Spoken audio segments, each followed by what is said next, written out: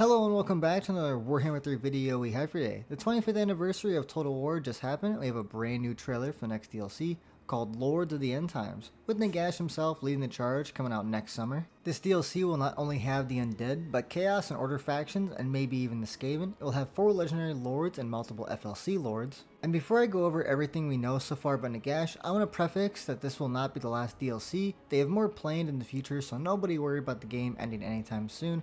This is only inspired by End Times, so it's not the End Times itself. The trailer itself is great overall, as we got to see many new units and characters, while it started off with the undead and high elves fighting each other, while in the background, Harkon the Black attempts to resurrect the Lord of the Undead Nagash with one massive ritual. While Harkon does succeed, you can kind of see Manfred in the background looking quite nervous. From what I do know about the End Times, Manfred tries to betray everyone in the end just to gain power, but always fails. And with Nagash making his comeback in the Warhammer world again, he'll need to build up another army, and with all the undead hearing his call, including his 9 mortuarchs like Vlad von Karstein, Krell, who is busy fighting the dwarves, and even Luther Harkon with all his madness. And Nagash will have all 9, so no worries of them not being added into the game, as well as all the undead will be getting something new, since this will be their time to shine like all new DLC with their respective faction. And with all this talk of the undead, we got our first look at some new lord and heroes, such as Neferata, a long-awaited legendary lord, and Walach Harkon, the blood dragon. He'll be the new legendary hero, and we have much more on them later, of course. And this is probably my favorite part of the trailer. Seeing a naval battle with all the vampire counts looked really cool. Maybe in the next game we'll actually have naval battles in the game. The new mount for Manfred looked really interesting, and I hope that means all the vampire counts will have new mounts as well. One thing I did not expect in the trailer was Settra to make a grand final stand against Nagash. It was neat though to see Settra himself go up to the Lord of the Undead and say, "I will not serve," which was a little funny, just for Nagash to kind of force crush him, which was a little sad, but again, it kind of makes sense. He is the Lord of the Undead, way stronger than everybody. And Nagash looks great. I think they did a good job with his design. He's just a towering figure to really show he's a literal big threat to the Warhammer world and everyone in it, even Chaos. I also did notice the 9 mortuarchs, and let me know down below who you can spot, since I would not know who's who unless they're already in the game like Krell or Vlad von Karstein. And at the end of the trailer, they show Settra's eyes glow, so I think they might be doing something special with all the lords who are part of the End Times, or at least a major figure, who are already in the game, so you know, nothing DLC. And one thing I found out about Neferata is even though she was in the trailer, she'll be a smaller DLC between now and the Lords of End Times. This was confirmed by Master Sotek himself, and CA said in the past she was going to be in a smaller DLC in the future.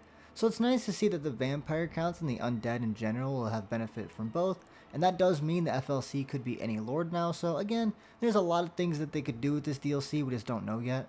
And then we have Walach Harkon. He's going to be the legendary hero for the vampire counts and Nagash. We don't know too much else about him, but we have in-game footage, which means this DLC was getting worked on during the Tide of Torment, and that does explain a lot of things since they did seem very slow in making this DLC this year. They also showed off some concept art of some of the new units like the Tomb Heralds. They seem like they'll either be a new lord or hero type that can boost Tomb King units. Would be very similar to the Blood Priests where they can fight, but their main purpose is to boost all your units in your army. Then onto Morghast Archai, who I think is one of the coolest looking units in all of Warhammer, so I'm very excited to see them finally added to the game. They'll most likely be an elite shock troop or a really strong lord or hero. I'm hoping both so I can make an entire army out of them while I carve up the map as Nagash. This next unit is called the Dread Abyssal. I'm very unsure if it'll be like a normal unit, you know, like Monsters Infantry that you can recruit, but we do know for sure it'll be a mount for Harkon the Black. Either way, it seems like a very cool unit to add, and I do believe we saw some more glimpses of it in the trailer, so it could be able to fly. It's very nice seeing old lords getting newer stuff even after all this time. And now for the last unit that was teased, it's going to be the Chimeric Titan, a unit that many people have been wanting for a long time. It's a giant beetle that can tear up infantry like any other big monster. What makes it so special is that it can fly, so it's truly a terrifying unit on the battlefield. And now with all that out of the way, we can finally go over what we know about Nagash and all the new endgame scenarios. Nagash will be his own faction, not to be put with any other race, very similar to the mod that we already have, but he will have access to Vampire Count and Tomb King units, all while having his own special units that he can only recruit, making him a bit more special than he already is. One of his mechanics, the 9 mortuarchs, they're 9 generals from Nagash during the end times. Some will be new and the rest will be lords that are already in the game. You'll be able to pick whoever you want and have them join your faction, where they'll regain more power over time and unique perks, like the Dread Abyssal mount for a few of the lords, and most likely really strong items and effects for your army. Part of Nagash's campaign and mechanics will revolve around corrupting the whole world, in process physically destroying the map, and you can prop up pyramids that will silence the area, similar to a Herdstone but way stronger, and you have to destroy Nagash for it to be livable again. All while the last mechanic we know of, the Black Pyramid, it'll be flying across the map helping you in campaign and battles, but you'll have to acquire it first and is very essential to his overall campaign. It works similar to the Horde armies like Vampire Coast or Aslan, with buildings and unit recruitment to fuel your war machine across the Warhammer world.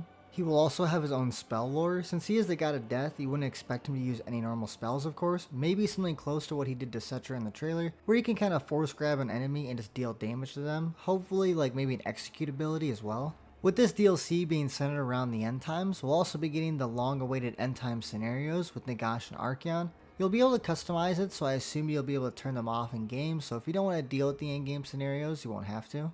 Speaking of Harkon, he'll also be getting a new look as well to go with the end time scenarios, since he did play such a big role in the books. The map itself will get destroyed while the volcanoes start covering the map, leaving giant canyons in their wake full of lava, all while the warpstone meteors fall out of the sky. The land itself will even become like an apocalypse with everything just destroyed and not even the high elves are safe. But while the campaign map is getting destroyed, we'll also get brand new battle maps, trying to reflect all the warpstone and kind of just the utter destruction, chaos, and the undead is unleashing. And on top of the new battle maps we'll be getting, we'll also be getting the ones from Realm of Chaos that were kind of, only associated with all the Chaos realms. Now they're going to be transferred to Immortal Empires, which is a nice change. You always want to divvy it up. Even a map this big needs some changes. And to make the end times more immersive, even the sky will start to change, adding a new Chaos Moon from the lore, as well as giving us new music during the Crisis, which is something I'm a big fan of since usually you're stuck hearing the same music throughout all your campaigns. Hopefully we get a few different ones for each faction so they're a bit unique. Since this DLC will be centered around the end times, and with all the warpstone covering the map, I think we'll be seeing Thankwolf from the Skaven and all his crazy cool units from the end times.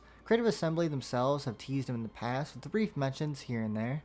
I did see some people mention he might not have enough units for an entire DLC, but I think the sheer amount of variants of the Storm Vermin and Vermin Lords alone, these would fill most of the roster slots, and Creative Assembly themselves are great at getting units from the lore added into the game that were not on the tabletop, but kind of makes sense for the faction overall. But besides that, I think Thankwood would make a great addition, especially since the Skaven haven't really received any big updates in DLC in quite a long time. And the other two factions in DLC will most likely be Nurgle and Empire, since they did say in the interview that it'll be Chaos and Order alike, so it'll have a bunch of units people have been asking for a long time that are from the end times. So even though we may not like the end times itself, I know many people are excited for their units. That's going to wrap up the video. I'm really hyped about Nagash and all his new units. The endgame scenarios and map getting destroyed looks very interesting, and overall I'm glad this DLC will not be the end of Warhammer. Hopefully we'll get more info soon about it rather than later. And I do appreciate the patience for more videos. I've been having some PC trouble, so this video came out way later than I thought, but tomorrow I will be continuing my live stream for Sea Lord Aslan, so don't worry, we got a lot more content coming this week. Then on the 11th and 12th during the Game Awards, we're getting the long awaited reveal for the new fantasy title, and I do have a video that will be coming out very soon that has all the clues I've gathered so far, so there's potentially a very high chance this game could be the game everyone's been asking for. As well as like and subscribe, it really does help out the channel. Let me know down below what you guys thought about everything that's been shown off during the 25th anniversary. Thank you for watching, I really appreciate it, and I will see you guys next time.